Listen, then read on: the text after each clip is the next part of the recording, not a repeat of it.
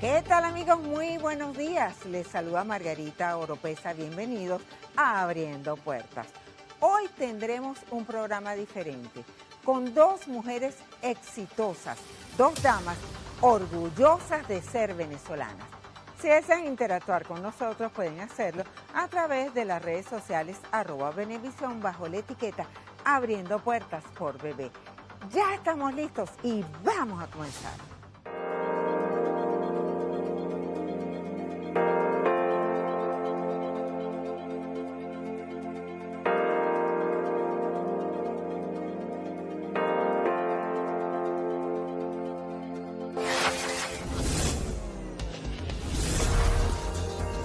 Abriendo Puertas. Hoy recibimos a Claudia Valladares, una de las 50 mujeres más influyentes de impacto de Latinoamérica, según el portal Bloomberg en línea. Muchísimas gracias por estar aquí. Gracias Un a ti, placer. Margarita. Bienvenida Un a gusto. Abriendo Puertas. Gracias. Claudia es ingeniero en sistema con una maestría en finanzas, además de español, habla inglés, francés y portugués. Es una emprendedora social, cofundadora y presidente desde el 2017 de Impact of Caracas.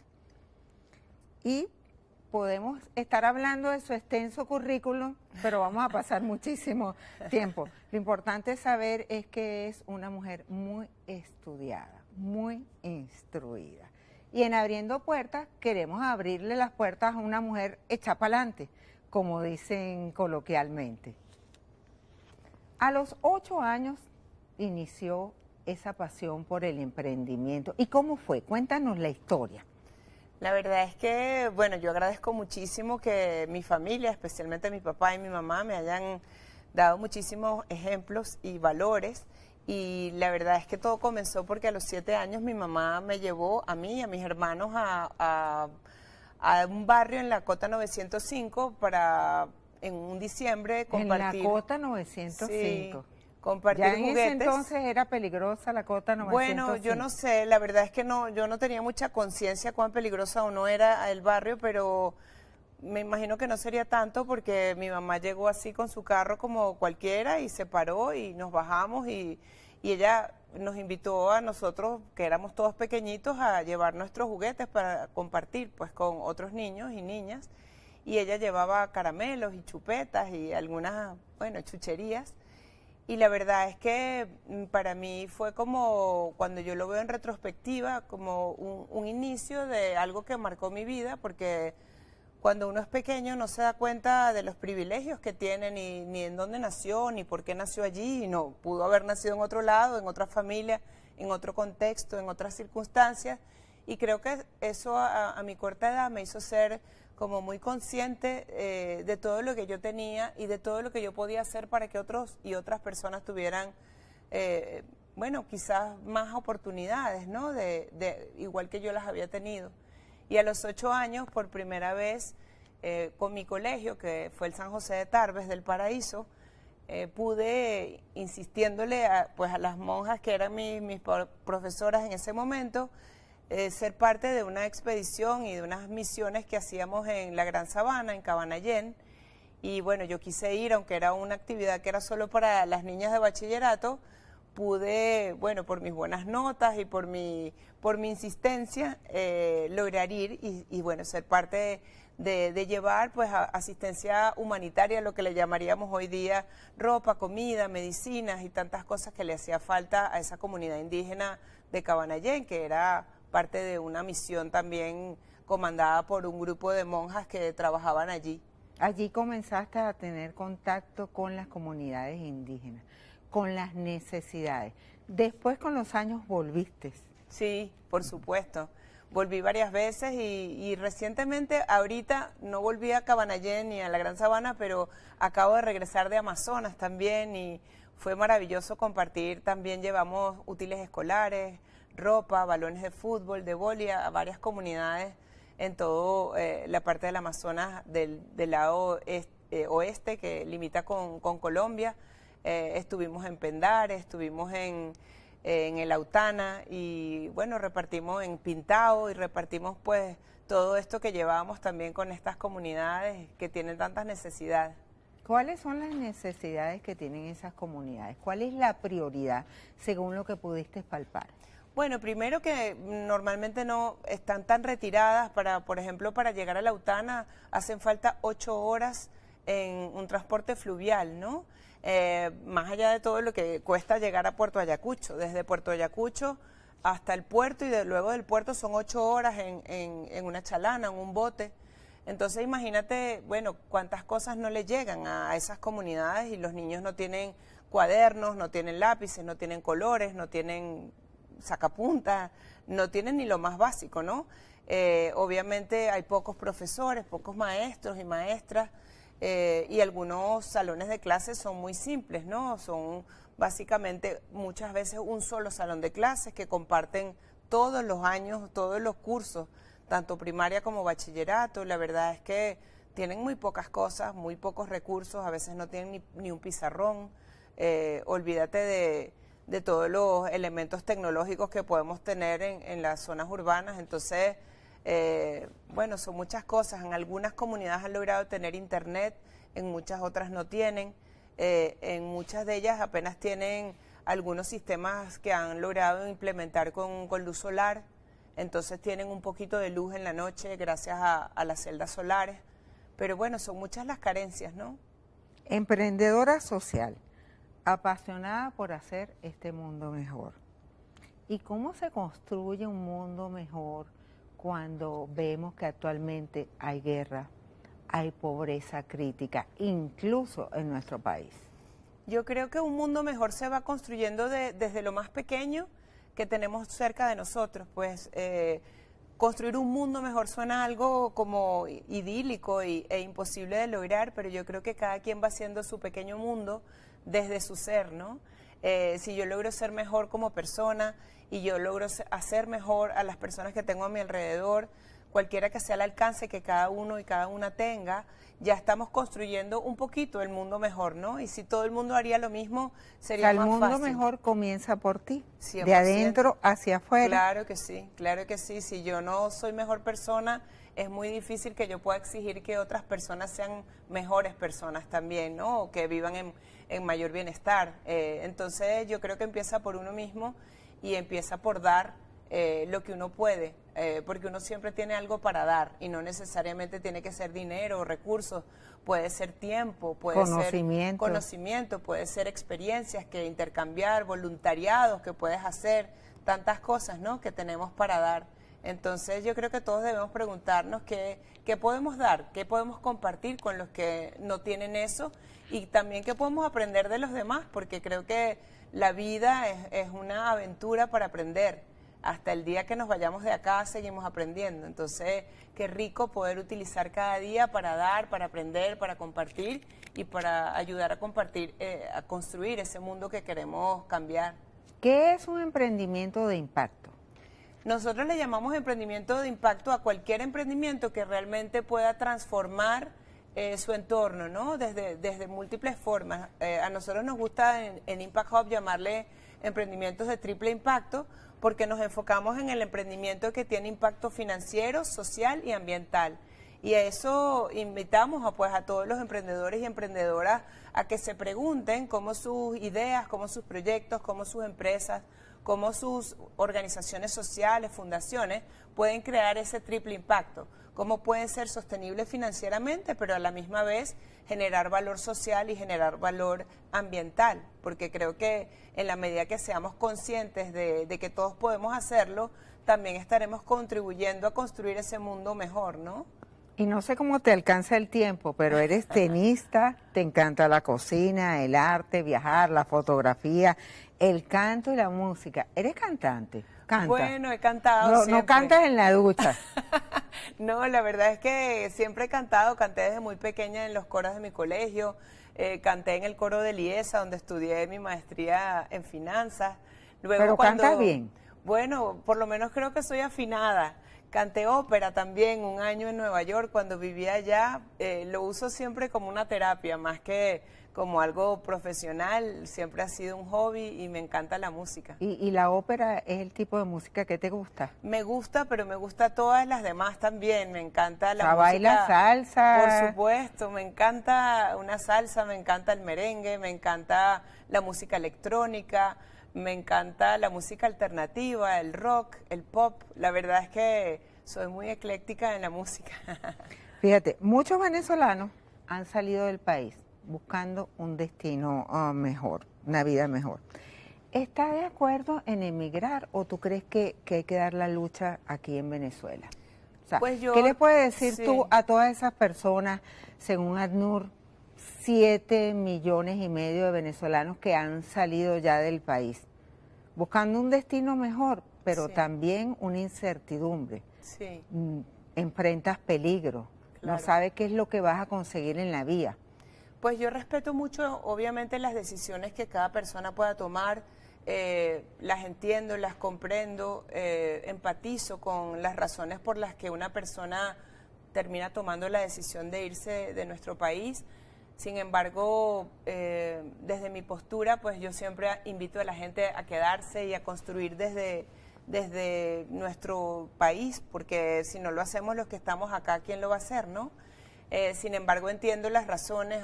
Para algunas personas es muy difícil las condiciones que tenemos y bueno, ellos y ellas van con la ilusión, con la esperanza de encontrar un futuro mejor que no siempre llega, porque también migrar es una decisión primero muy difícil de tomar. Es como, yo a veces digo, es como arrancar una planta de su pote, de su hábitat y querer trasplantarla en otro lugar. Donde quizás la tierra es distinta, donde a lo mejor las condiciones son diferentes y donde a lo mejor le cuesta mucho seguir floreciendo, ¿no?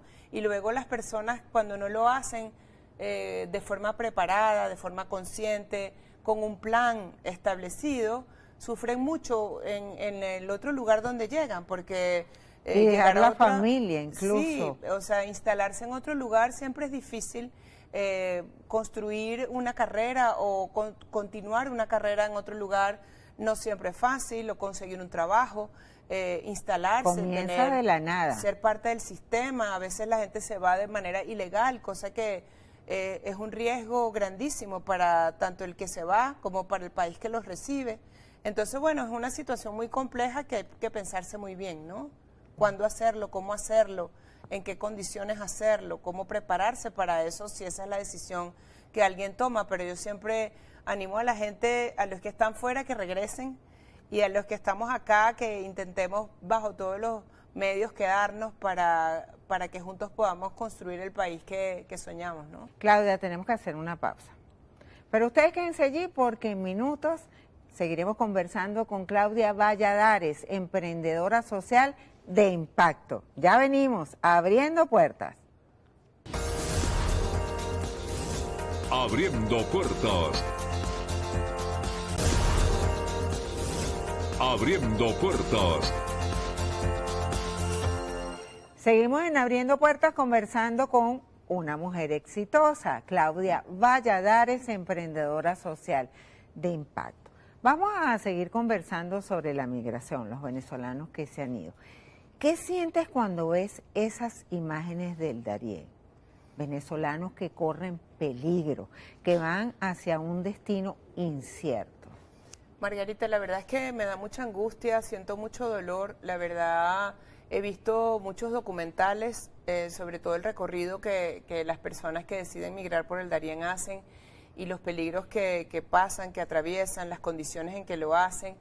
Y no solamente eso, sino he tenido la oportunidad de incluso encontrarme con personas que recién llegaban a Estados Unidos, específicamente en Nueva York, y conversé con muchos de ellos porque, bueno, a través de una parroquia de la cual yo fui parte cuando vivía en Nueva York, hicimos pues todo un operativo para recoger ropa, porque se iba a empezar el invierno el año pasado y estas personas estaban llegando con lo que tenían encima. Imagínate atravesar un invierno en esas condiciones, y cuando entregábamos la ropa, etcétera, me puse a conversar con varios y casi todos eran venezolanos, los migrantes que acaban de llegar precisamente a atravesar el Darién, y las historias eran espeluznantes. De verdad, quizás eso no lo cuentan porque, bueno, cuando la gente llega al otro lado ya como que quiere construir su vida. Tiene como una esperanza sí, y no habla quiere de dejar atrás todo. Y la verdad es que esas personas fueron objetos de robo, fueron objetos de secuestros algunos, le quitaron todo lo que tenían encima, el dinero, en cada una de las fronteras de los diferentes países que atraviesan.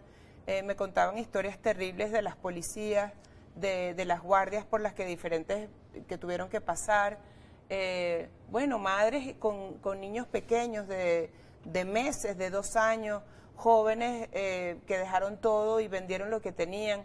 Muchos ya eran migrantes, eran venezolanos que tenían años viviendo en Ecuador o en Perú o en Colombia y desde allí decidían migrar también por el Darién para llegar a ese sueño de eso americano. quería también hablarte, o sea, la xenofobia, el bullying que han sufrido venezolanos en esos países, lamentablemente que son vecinos, que están en Latinoamérica como Perú, Ecuador, la xenofobia contra los venezolanos.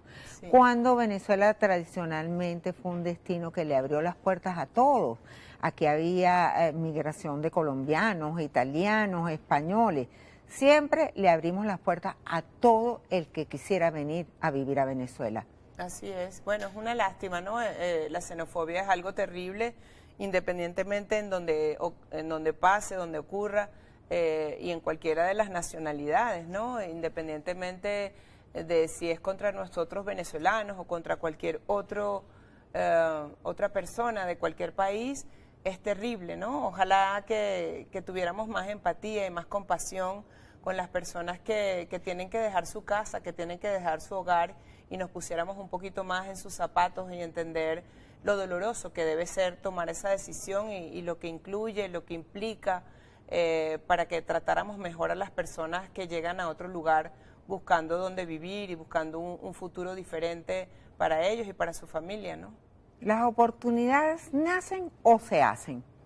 Yo creo que las oportunidades se hacen, se buscan. Dicen que la suerte puede llegar, pero si uno no está listo para aprovechar esa oportunidad, a lo mejor no la aprovecha, ¿no? Entonces creo que hay que estar preparado, hay que estar presto o presta para aprovechar las oportunidades que la vida nos pone frente a nosotros, ¿no? ¿Cómo ves al país? En diferentes oportunidades y entrevistas has manifestado que Venezuela es un reto. ¿Por qué? Lo sigue siendo, ¿no? Venezuela siempre es un reto porque nos ha tocado un país muy complejo, con una crisis muy difícil, además sostenida por muchos años, y nos exige muchas cosas a todos, como personas, como profesionales. Nos exige reinventarnos, nos exige sacar lo mejor de nosotros, nos exige quizás también tener un balance emocional, que no todo el mundo lo logra, nos exige prepararnos mejor, nos exige ser cada vez más creativos en las soluciones que proponemos, porque tenemos pocos recursos, porque tenemos pocas oportunidades a veces para hacerlo y hacerlo bien, porque no contamos con todo lo que quisiéramos, porque no tenemos las mejores condiciones de estabilidad en todos los aspectos. Entonces, todas esas cosas hacen que nos convirtamos a veces en esos venezolanos y venezolanas que muchas veces también son exitosos fuera, porque han tenido pues la mejor escuela, ¿no?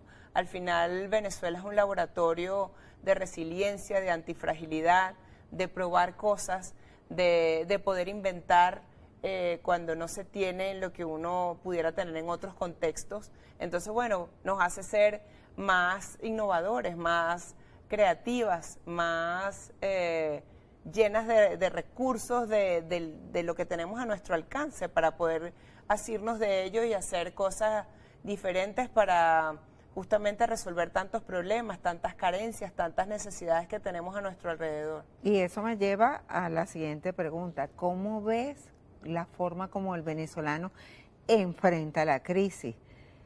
A veces con muchísimo estrés, Sí. pero también con optimismo. El venezolano es optimista.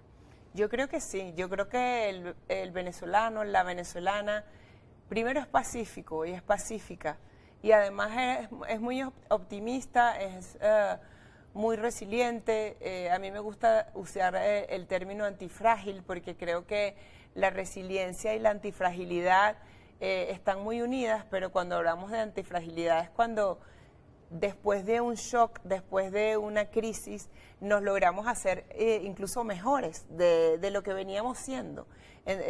Aprendemos tantas cosas que somos aún mejores luego de haber pasado esa dificultad. Y yo creo que los venezolanos y las venezolanas somos así, aprendemos en las circunstancias que nos toca vivir y además somos muy solidarios, somos muy solidarias. Si tú vas a cualquier comunidad te das cuenta que allí, a pesar de que tengan muy pocas cosas, que tengan muy pocos alimentos o muy poco dinero, la gente comparte lo que tiene. Si alguien muere en una comunidad, lo entierran entre todos, hacen una vaca, juntan dinero y entre todos lo entierran a esa persona.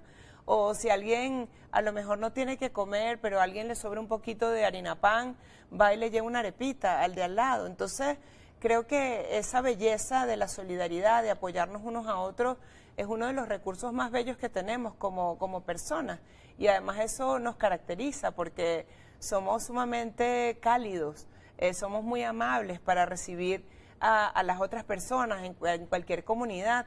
Cuando tú llegas, cualquiera te ofrece un cafecito, sea en una zona rural, en el mismo... Así no tenga, pero te le das el café al otro. Claro, y eso es una belleza, porque no todas las civilizaciones, no todas las culturas son así. Tu filosofía es el emprendimiento. ¿Hay oportunidades de emprendimiento en nuestro país? Muchísimas, Margarita. Yo siempre digo que en un país con tantos problemas por resolver, con tantas necesidades, son oportunidades para poder crear soluciones que resuelvan esa problemática, ¿no? Y por eso creo que aquí en Venezuela tenemos todo por hacer. En otros países las cosas ya están resueltas, es más difícil emprender desde el punto de vista de en qué se emprende cuando todo lo tienes hecho, ¿no? Es mucho más fácil emprender cuando no lo tienes, cuando no tienes cosas, no tienes soluciones ya desarrolladas, porque tienes muchísimos problemas, muchísimos desafíos. Entonces, el abanico aquí es mucho mayor en todo sentido y creo que aquí hay muchas oportunidades de emprender, que quizás es más difícil, que es más complicado, que tienes menos oportunidades quizás de obtener financiamiento, de crecer, pero hay muchísimas más oportunidades en donde emprender. ¿Cómo se puede innovar en un país sumergido en una incertidumbre? Una incertidumbre política, y sabemos que siempre la política influye en la economía. Por supuesto, pero creo que siempre hay formas de innovar, ¿no? Si nosotros nos enfocamos en lo que queremos resolver, en el desafío que hemos escogido para resolverlo, siempre podemos encontrar formas maravillosas de innovar. Cómo podemos hacer las cosas de maneras distintas, cómo podemos quizás también innovar copiando cosas que existen en el mundo que quisiéramos traer a nuestro país, que además necesitan a lo mejor simplemente es un toque para adaptarlas a nuestro contexto, para que sean aplicables acá, a tropicalizarlas, ¿no? No siempre se innova inventando algo totalmente nuevo, las innovaciones puras son escasas, pero muchas veces se innova sobre algo que ya existe, que mejoramos, o sobre algo que vimos y nos inspiró en otro contexto, en otro país, en otro lugar y que podemos aplicar acá, o algo que quizás podemos adaptar para poderlo utilizar en nuestro país. Entonces siempre hay formas de innovar e independientemente que tengamos crisis políticas o crisis económicas, la innovación, bueno, siempre hace falta y más en un contexto como el nuestro, precisamente por eso. Y seguir hacia adelante. Claro, por supuesto, aquí estamos construyendo país apostando a Venezuela, porque bueno, yo personalmente tengo mucho que agradecer a mi país y siempre seguiré trabajando por Venezuela. Gracias, Claudia, por estar aquí. Un placer en Abriendo Puertas. Y a ustedes, amigos, quédense allí porque en la próxima parte estaremos conversando con otra dama exitosa, Génesis Oliva. Ya venimos en Abriendo Puertas. Abriendo Puertas. Abriendo Puertas. En esta parte del programa estaremos conversando con Génesis Oliva, empresaria y productora de maíz. Génesis, gracias por estar aquí en Abriendo Puertas. Bienvenida, adelante por favor. Venezolana, 27 años, egresada en comunicación social, colega, en la Universidad Católica Andrés Bello. Fue la única productora nacional en el Foro Mundial de la Alimentación 2024, celebrado en la sede de la FAO, en Roma, en octubre. ¿Cómo fue esa experiencia? Vamos a comenzar por allí. Oye, creo que fue una experiencia que te da una visión internacional de la importancia que es seguir produciendo alimentos, ¿no? Hay veces donde uno por tantas cosas se desanima, y mucho más siendo mujer, pero cuando llegas a este tipo de eventos te motivas de ver en tantas mujeres, ver tantos jóvenes y ver además tantas empresas trabajando en pro a seguir produciendo alimentos y por supuesto seguir teniendo un impacto con el medio ambiente, una sostenibilidad y poder tener el contacto no solamente con gente latinoamericana, sino con gente alrededor del mundo, con entes internacionales, con ministros, tenerlos tan cercanos, poder decirle tu perspectiva, tanto de género como de país, como a nivel latinoamericano también. Creo que eso fue una gran experiencia y una gran oportunidad también para escuchar todo lo que se hace en la producción de alimentos en todas las áreas a nivel mundial. No es común ver una joven como tú interesada en el campo. ¿Cómo fue eso? ¿Cómo te nació eso? Aunque es un negocio de 4 generaciones en la familia. Pero ¿por qué decidiste dedicarte a eso? ¿Por qué no alguna rama de la comunicación social, ya que eres periodista? Total, mira, definitivamente para mí era muchísimo más caro irme que quedarme, y literalmente tenía que seguir un legado familiar.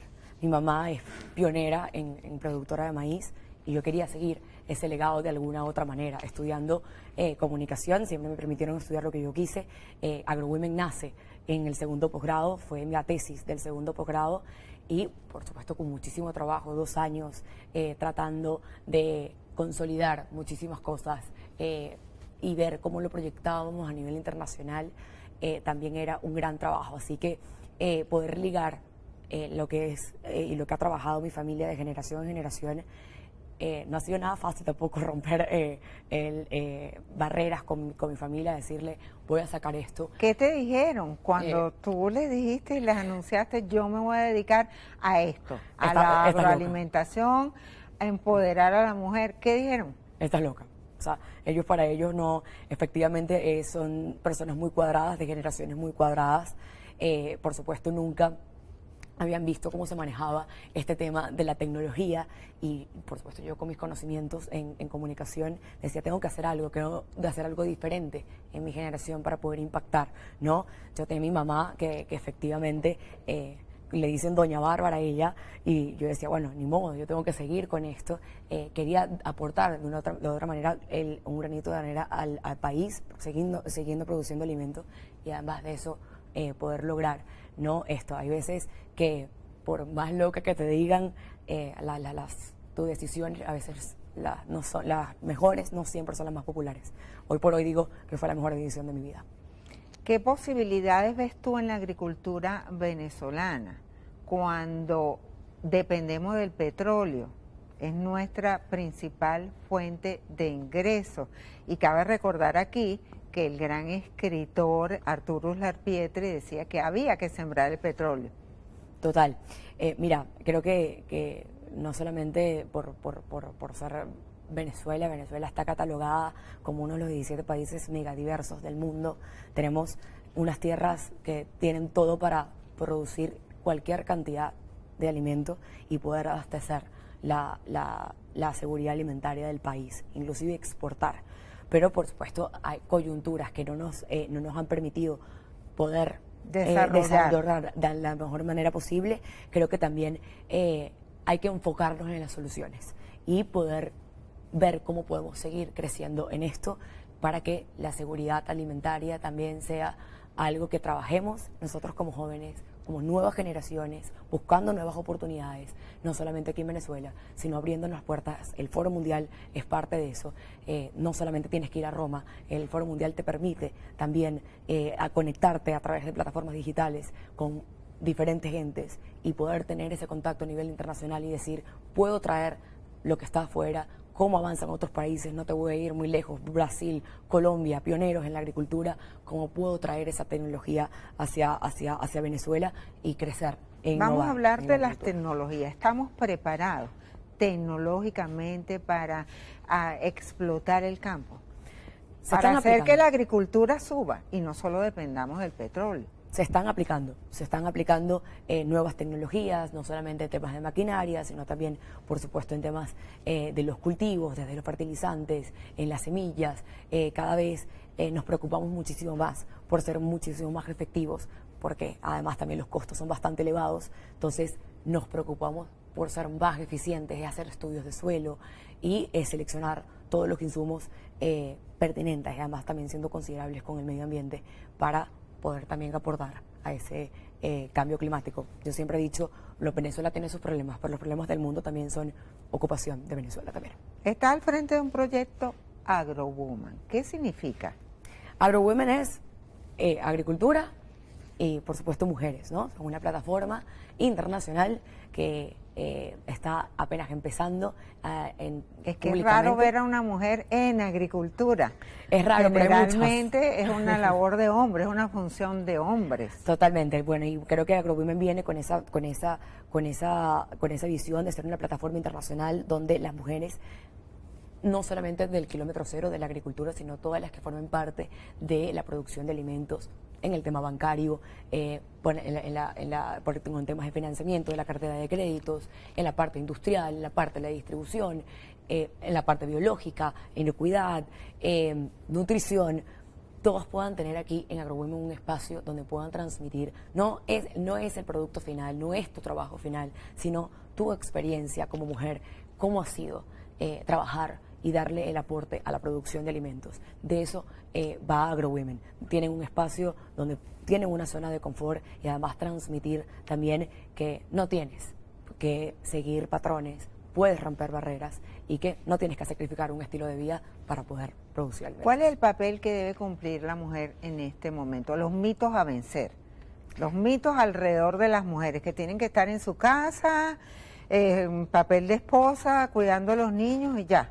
Mira, yo creo que hoy por hoy la mujer está capacitada, está estudiada para poder emprender en grandes industrias, no solamente en la producción, sino en la producción de alimentos, sino, bueno, ya lo hemos visto, políticas en diferentes directivas internacionales, y creo que en el agro está tomando la mujer está tomando gran fuerza por temas de gerencia en sus cultivos, y la verdad creo que aquí en Venezuela, te puedo decir, hay muchísimas.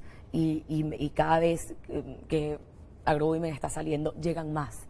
Y digo definitivamente, no solamente la tierra de Venezuela tiene mucho que dar por ser mega diversa. Los venezolanos y las venezolanas también tienen mucho que dar y todavía le están apostando muchísimo al país. Tenemos que hacer un corte, pero antes de eso quisiera que en una sola palabra definieras a las siguientes mujeres que te voy a nombrar. Carolina Herrera, venezolana. Resiliencia. Frida Kahlo. Personalidad. Kamala Harris. Poder. ¿Y Rihanna? Innovación.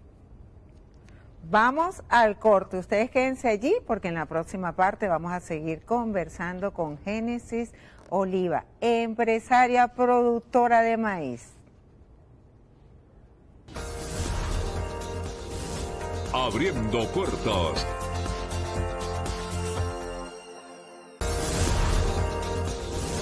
Abriendo puertas. Seguimos en Abriendo Puertas conversando con una joven venezolana exitosa, Génesis Oliva.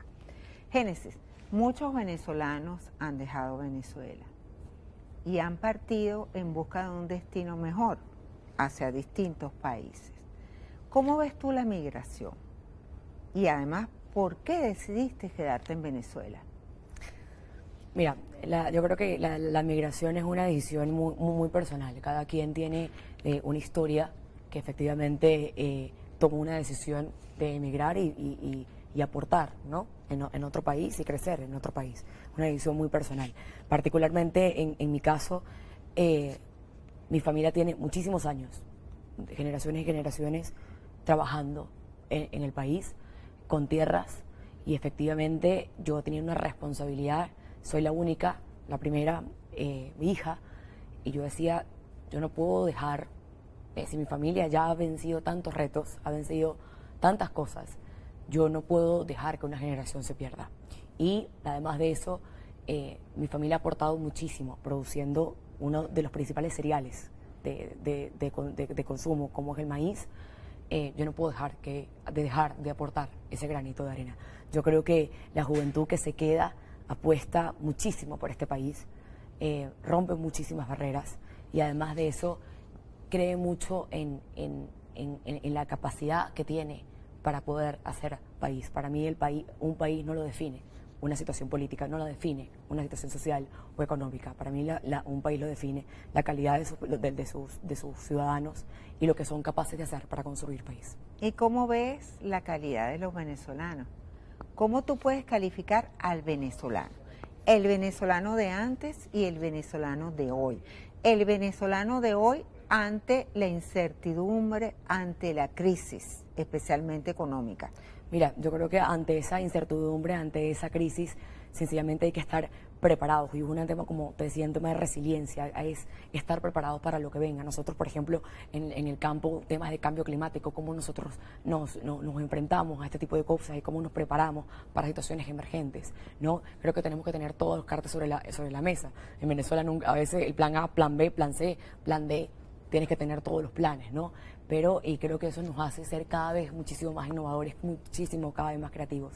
Pero creo que Venezuela necesita mucho de las personas capacitadas, necesita muchísimo trabajo, y en mi caso, efectivamente hay una industria que no puede dejar de producir, no puede parar, y creo que esa fue una de mis razones por las cuales me quedo, y además innovando, ¿no? en esta nueva faceta, a través de las redes sociales, como una nueva plataforma, poder visibilizar el trabajo que hacen no solamente las mujeres, sino de la mano también con los hombres, que también hacen un gran trabajo en el campo, y poder también conectar con otras mujeres a nivel internacional y decir que sí se puede. ¿Y cuáles son los problemas del campo? Porque FEDEAGRO siempre dice que uno de los problemas es la falla de los servicios públicos, energía eléctrica, la falta de gasolina, incluso que la situación que uno vive en Caracas no es la misma situación que se vive en el interior del país. Por supuesto, la situación siempre cambia. Nosotros nunca tenemos una agenda establecida, y mucho menos en temporadas de siembra y de cosecha, ¿no? Previamente también nos preparamos. Cuando llueve, las inundaciones.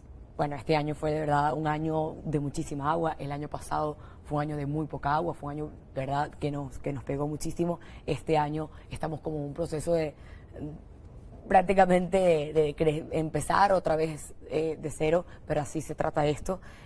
Hay años malos, hay años buenos, y cada vez tenemos que prepararnos muchísimo más, ¿no?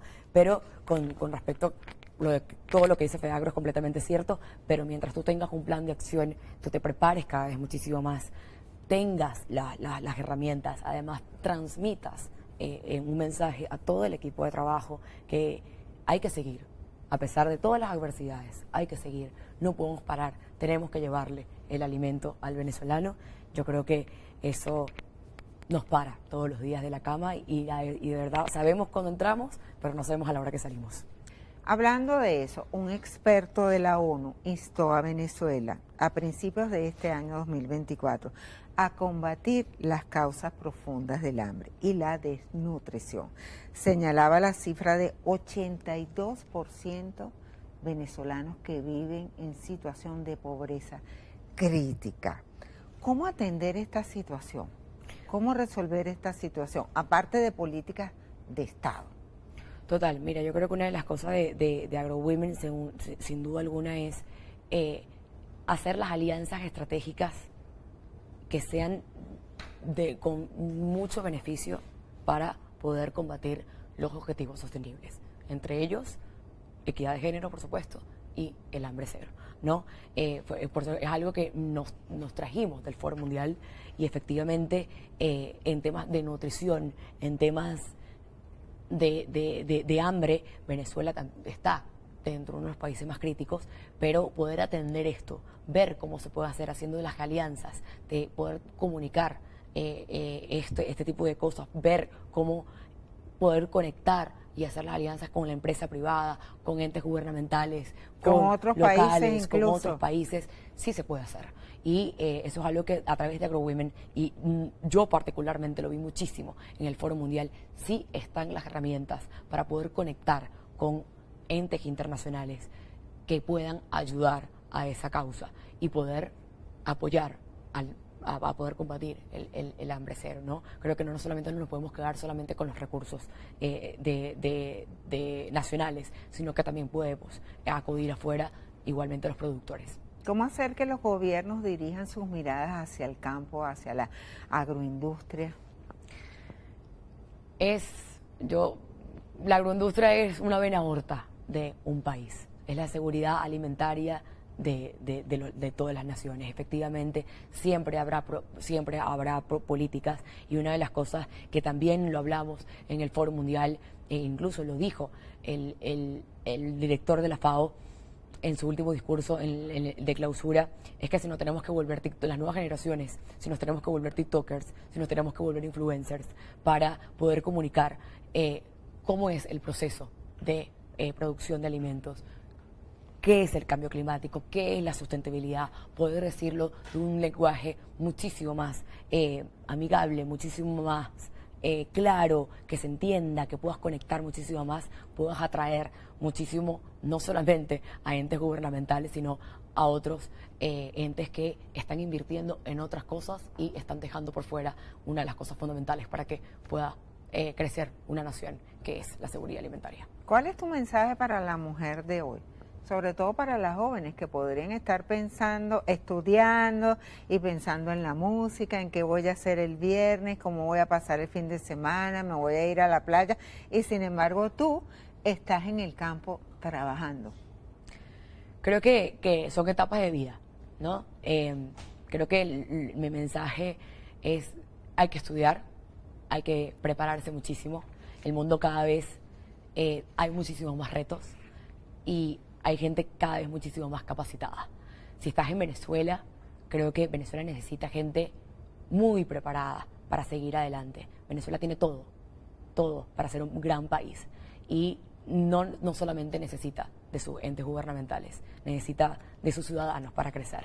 La mujer hoy por hoy tiene grandes espacios donde puede ser protagonista y además de eso trabajar con sus homólogos masculinos para crear y formar un gran país. Yo creo que de eso no solamente lo digo yo, fue mi formación desde la católica, que era de la UCAP al país que queremos, y efectivamente con eso me quedo y creo que hay que apostar muchísimo por el país y estudiar y trabajar y trabajar y trabajar. Una última pregunta. ¿Te gusta la política? ¿Te gustaría, por ejemplo, ser diputada ante la Asamblea Nacional para desde allí impulsar las políticas que puedan fomentar el sector agrícola, el campo? ¿Tú crees que eso es una posibilidad o lo descartas totalmente? Hoy por hoy me encanta la política, estudié comunicación política, efectivamente, es mi especialidad, estudié comunicación, en el posgrado en comunicación política, y de ahí sale AgroWomen. Por supuesto que me encanta la política, pero por supuesto que también digo, primero hay que ser empresario, después político, ¿no? Y además de eso, para mí la política llega. Para mí un político no es estar ahí y ya está. Para mí la política llega de donde tú eres más especializado, donde tú estás formando y donde tú has aportado más. Hoy por hoy no es mi visión.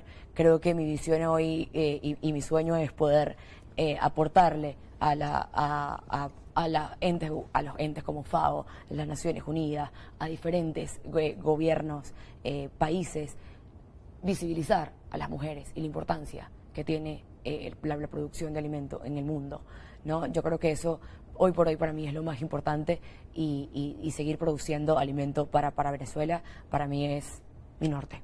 Hoy por hoy. Génesis, se nos acabó el tiempo lamentablemente. Muchísimas gracias por estar aquí en Abriendo Puertas. Nos acompañó Génesis Oliva, empresaria productora de maíz. Y a ustedes, ya saben, la invitación es que nos acompañen y todos los domingos a las 8 de la mañana Abriendo Puertas, por aquí, por Venevisión y también a través de Venevisión Play.